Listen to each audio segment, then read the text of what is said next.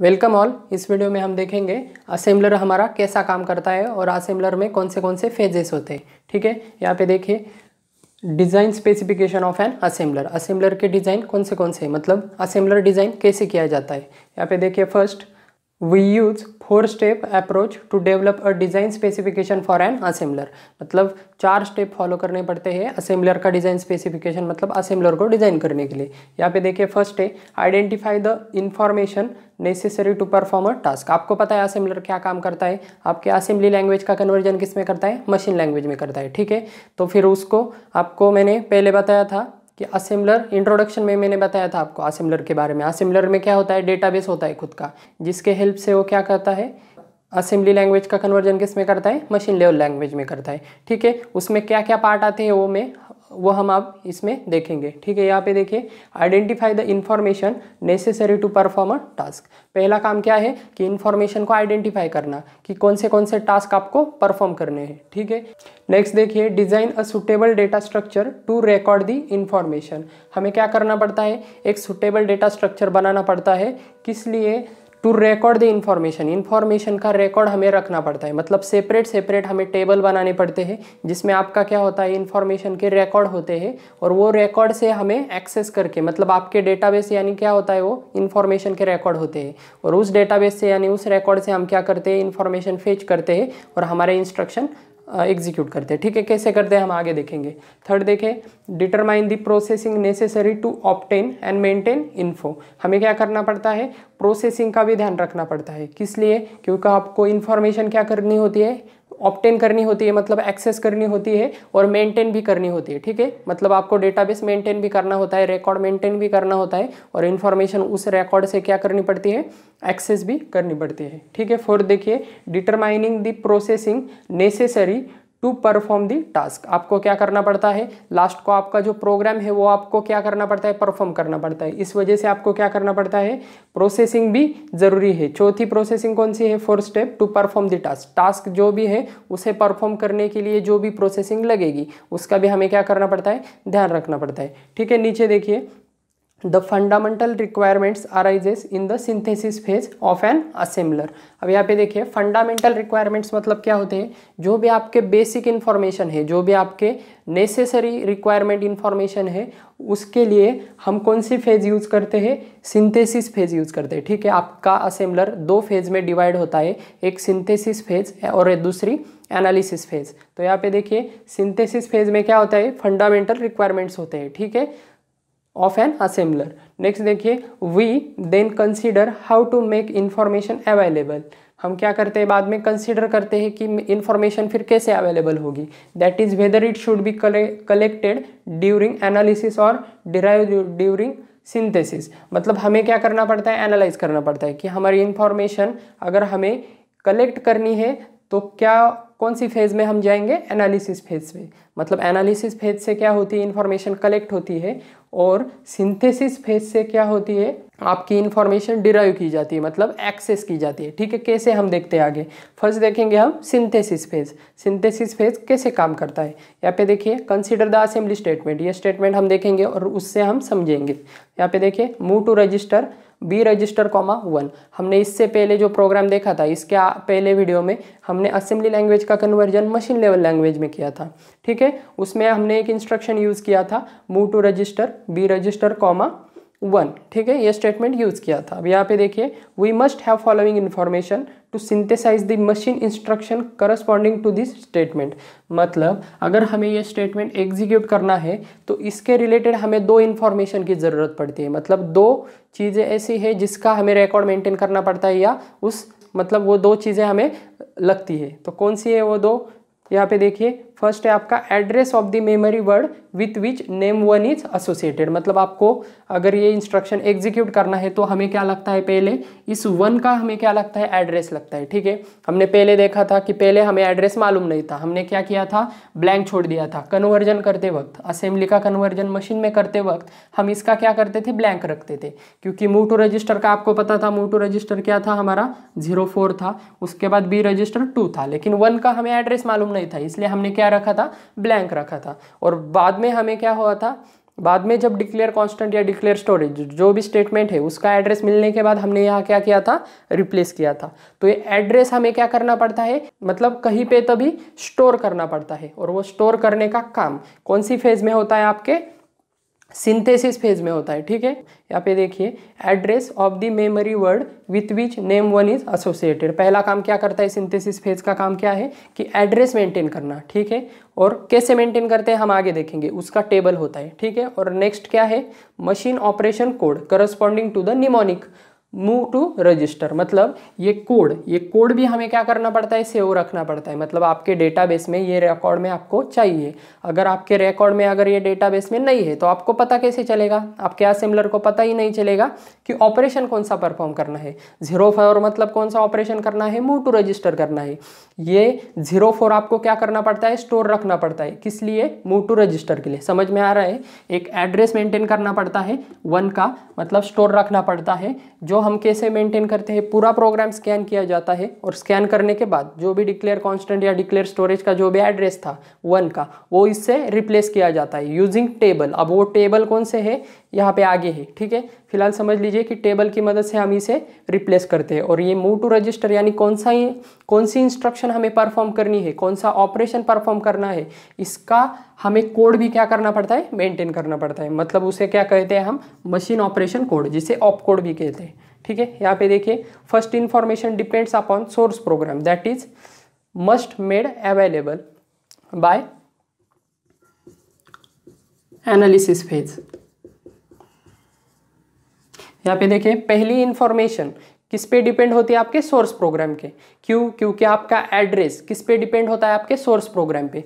क्यों, क्योंकि हमने अगर स्टार्ट कर दिया 101, स्टार्ट में हमने अगर लिख दिया 101, तो 101 से नीचे नीचे क्या होंगे, एड्रेस आएंगे आपके। और डिक्लेयर कांस्टेंट 1 का जहाँ पर भी होगा तो वो एड्रेस क्या होगा, उसके बाद जो भी एड्रेस आएगा वो हम क्या करेंगे, रिप्लेस करेंगे। अगर हमने प्रोग्राम में लिख दिया 501 तो आपका ऑब्वियसली 1 का एड्रेस क्या होगा, चेंज होगा। तो ये किस पे डिपेंड करता है, first information depends upon source program. ये टोटली आपके सोर्स प्रोग्राम पे डिपेंड करता है, आपका एड्रेस कौन सा आएगा। 501 के बाद जो भी आएगा, मतलब डिक्लेयर कांस्टेंट का वो आएगा, या ठीक है, ये स्टेटमेंट डिफाइन करता है, मतलब आपका सोर्स प्रोग्राम इनडायरेक्टली डिफाइन करता है। That is must made available by analysis phase. और ये कौन आपका परफॉर्म करता है, ये एड्रेस मेंटेन करने का काम कौन से फेज में होता है, आपके एनालिसिस फेज में होता है। ठीक है, नेक्स्ट देखिए सेकंड इंफॉर्मेशन। सेकंड मतलब ये machine operation code information is merely depends on the assembly language that is, मतलब आपकी जो सेकंड इंफॉर्मेशन है वो किस पे डिपेंड होती है, on the assembly language that is synthesis phase is determine by using it itself।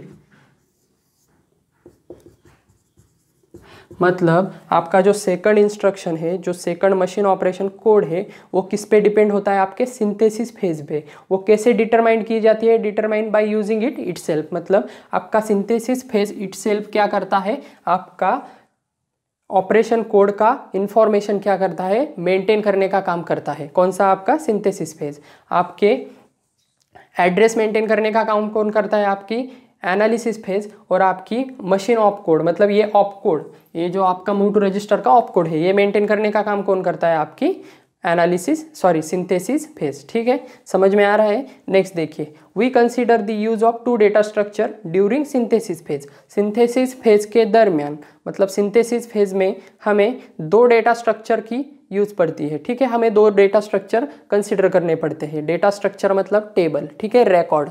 यहाँ पे देखिए पहला है हमारा सिंबल टेबल। सिंबल टेबल में क्या होते हैं, प्राइमरी 2 टेबल्स होते हैं, प्राइमरी 2 एंट्रीज होते हैं, 2 एंट्री होते हैं। पहली एंट्री होती है आपकी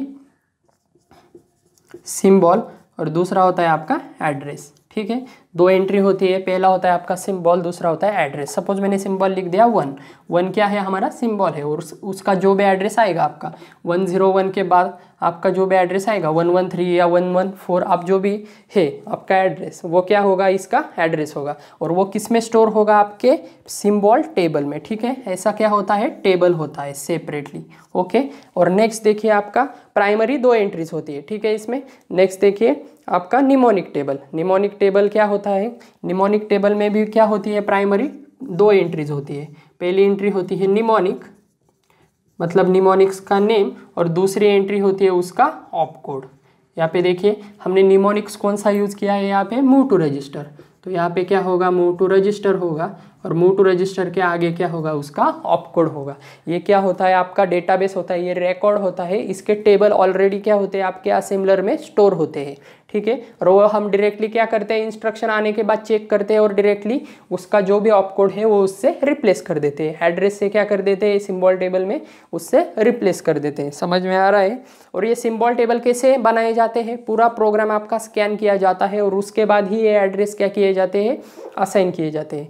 मतलब आपका प्रोग्राम डायरेक्टली एग्जीक्यूट होना स्टार्ट नहीं करता, स्टार्ट के बाद जो भी इंस्ट्रक्शन है वो डायरेक्टली एग्जीक्यूट नहीं होती, पूरा प्रोग्राम आपका स्कैन होता है। स्कैन होने के बाद आपके सिंबल के लिए जो भी एड्रेस है वो एड्रेस आपको असाइन किए जाते हैं सभी इंस्ट्रक्शन को, और पूरा प्रोग्राम स्कैन करने के बाद ही उसका एग्जीक्यूशन क्या होता है, फर्स्ट लाइन से क्या होता है, स्टार्ट होता है आपके सभी एड्रेस लिखने के बाद। और वो एड्रेस कहाँ से लिए जाते हैं, आपके सिंबल टेबल से, ठीक है। हम आगे प्रोग्राम में देखेंगे, उसमें आपको ज़्यादा क्लैरिटी मिलेगी, ठीक है।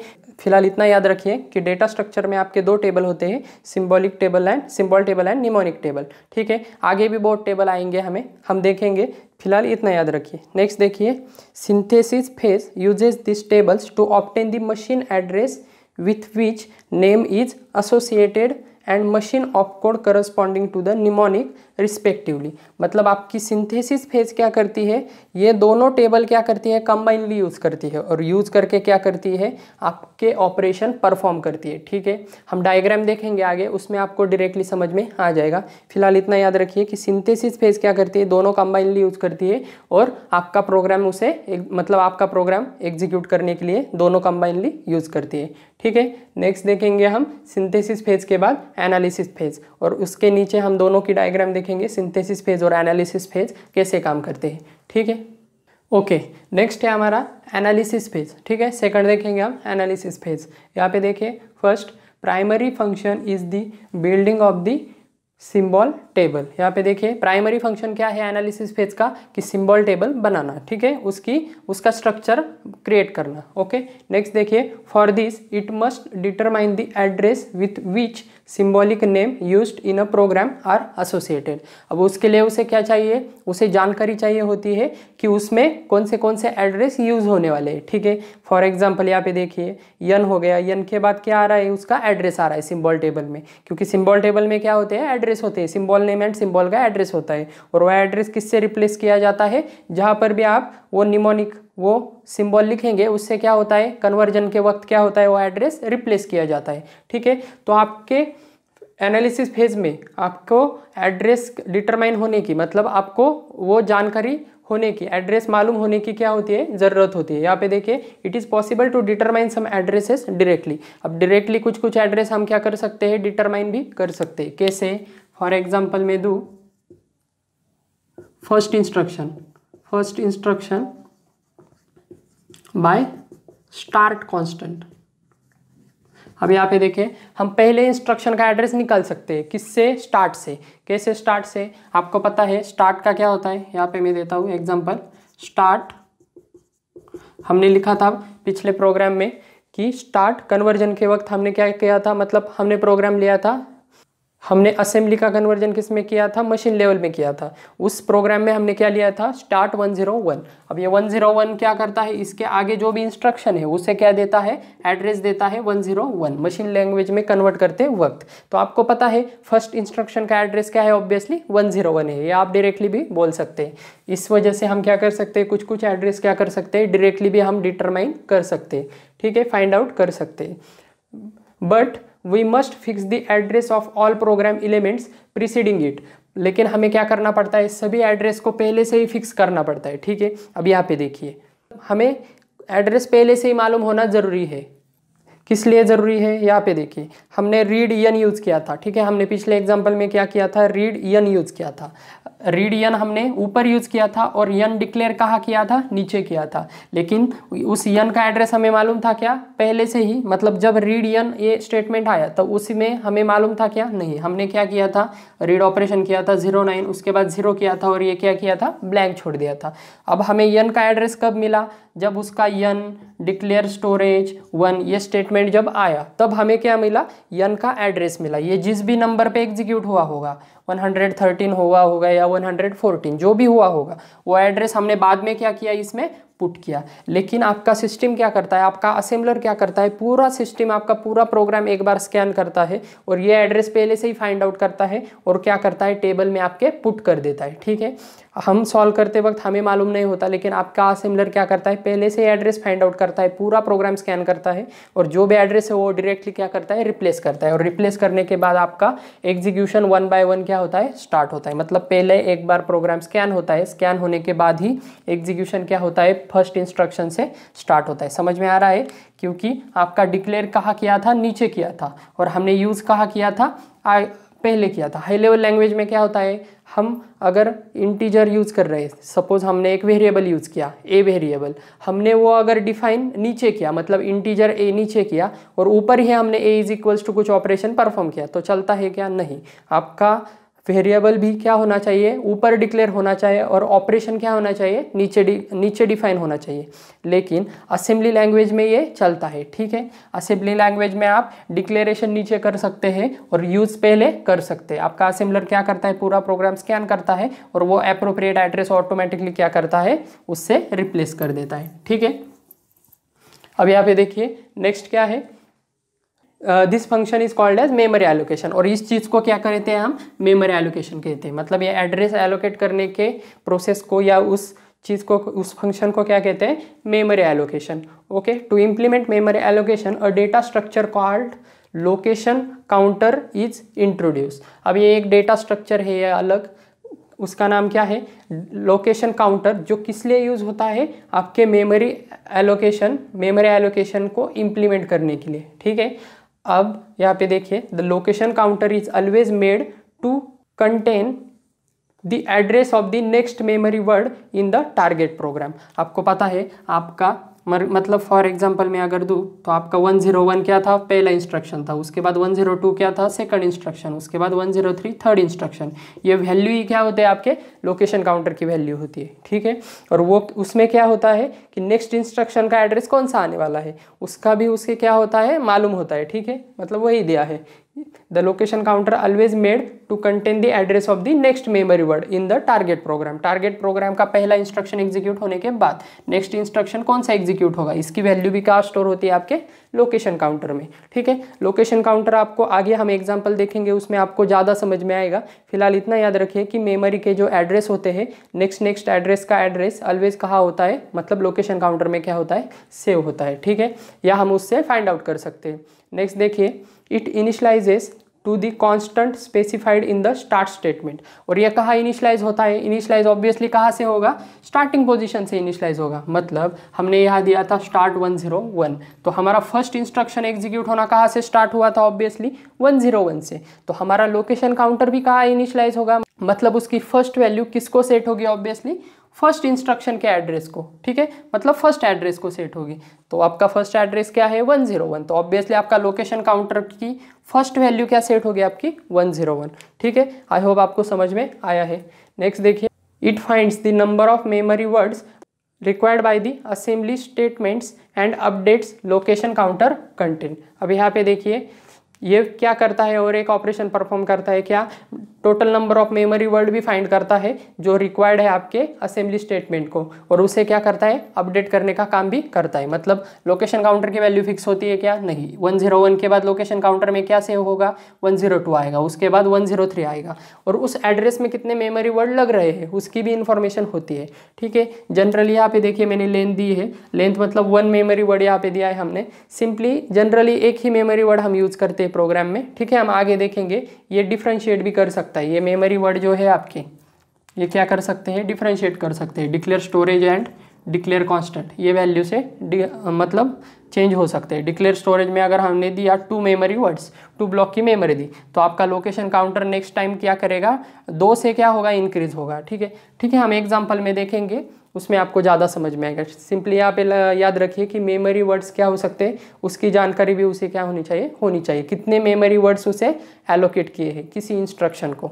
ठीक है, नेक्स्ट देखिए, हमने सिंपल डायग्राम दी है। डायग्राम में आपको पता चलेगा कि सोर्स प्रोग्राम का कन्वर्जन किस में होता है, टारगेट प्रोग्राम में। सोर्स प्रोग्राम मतलब आपका असेंबली लैंग्वेज का कन्वर्जन किस में होता है, आपके मशीन लैंग्वेज में, जो किसका काम है, आपके असेंबलर का। और हम क्या देख रहे हैं, असेंबलर की एनालिसिस फेज।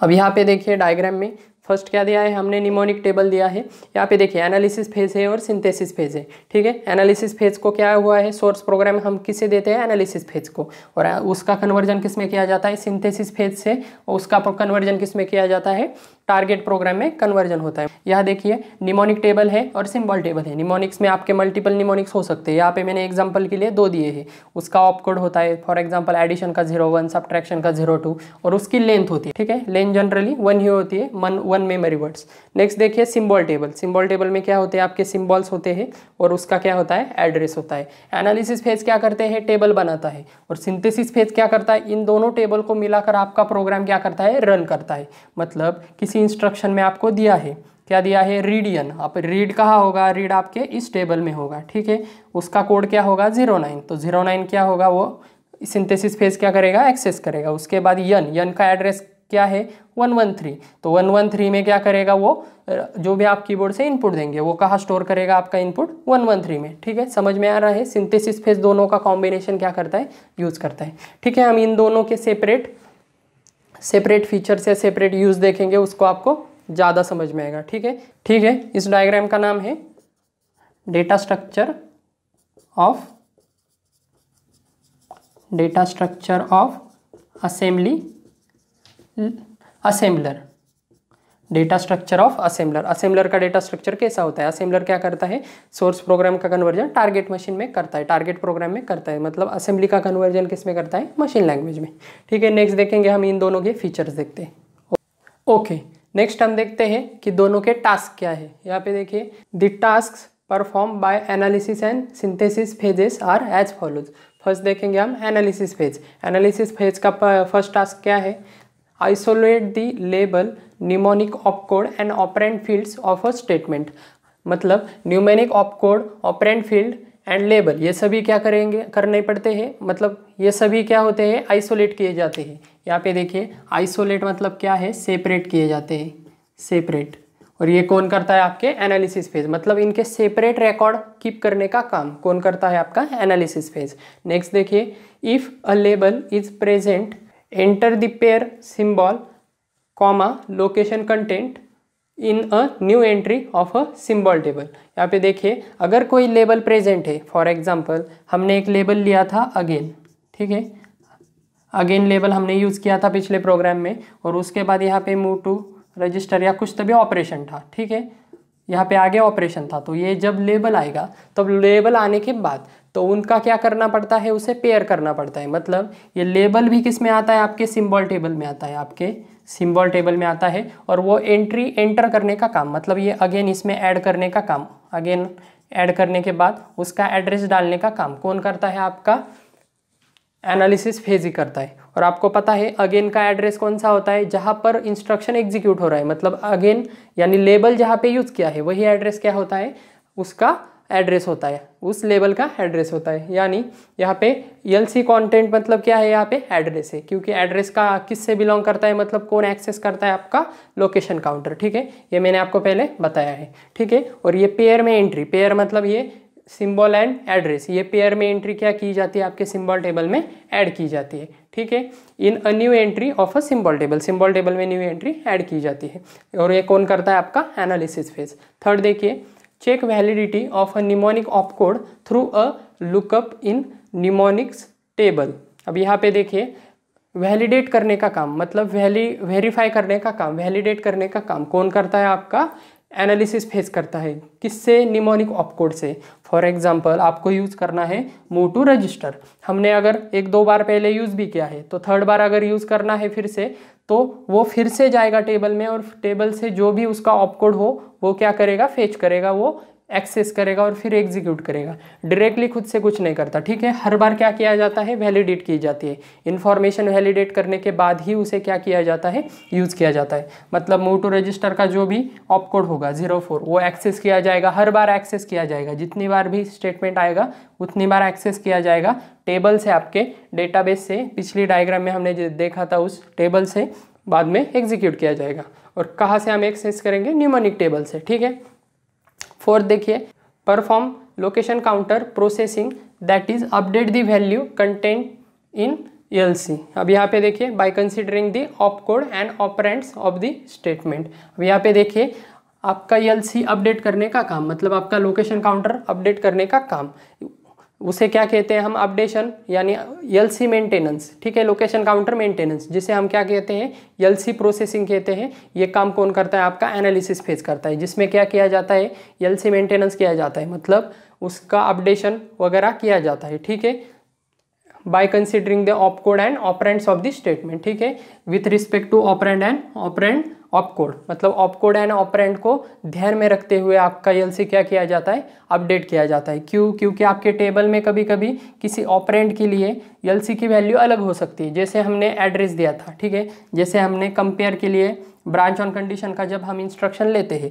तब जब भी आपका अगर लेस देन और इक्वल्स टू का हमने कुछ तभी एग्जांपल लिया था, अगर फ्लैग ट्रू होगा तो आपका जंप कहाँ होगा, आपके ऊपर के एड्रेस को जंप होगा, मतलब 104 या 109 से कहाँ जंप होगा, 104 को जंप होगा, तो आपका ELC क्या होगा, यहाँ पे चेंज होगा। तो ये अपडेशन करने का काम भी कौन परफॉर्म करता है, आपका एनालिसिस फेज करता है with respect to op code and operand. ठीक है, समझ में आ रहा है, ऑप कोड एंड ऑपरेंड के यूज से हम ELC अपडेट करने का काम, ये भी कौन करता है, आपका एनालिसिस फेज। ठीक है, नेक्स्ट देखिए सिंथेसिस फेज। अब सिंथेसिस फेज के कौन से टास्क है, यहाँ पे देखिए, फर्स्ट है obtain the machine op code corresponding to the mnemonic from the mnemonic table. अब यहाँ पे देखिए, हमने टेबल तो बना लिया, अब उसे एक्सेस करने का काम, मतलब उसे ऑब्टेन करने का काम मशीन ऑप कोड को with corresponding to the mnemonic, मतलब निमोनिक नेम से उस निमोनिक ऑप कोड को ऑब्टेन करने का काम कौन करता है, आपका सिंथेसिस फेज करता है। ठीक है, टेबल में आपने लिखा था निमोनिक टेबल में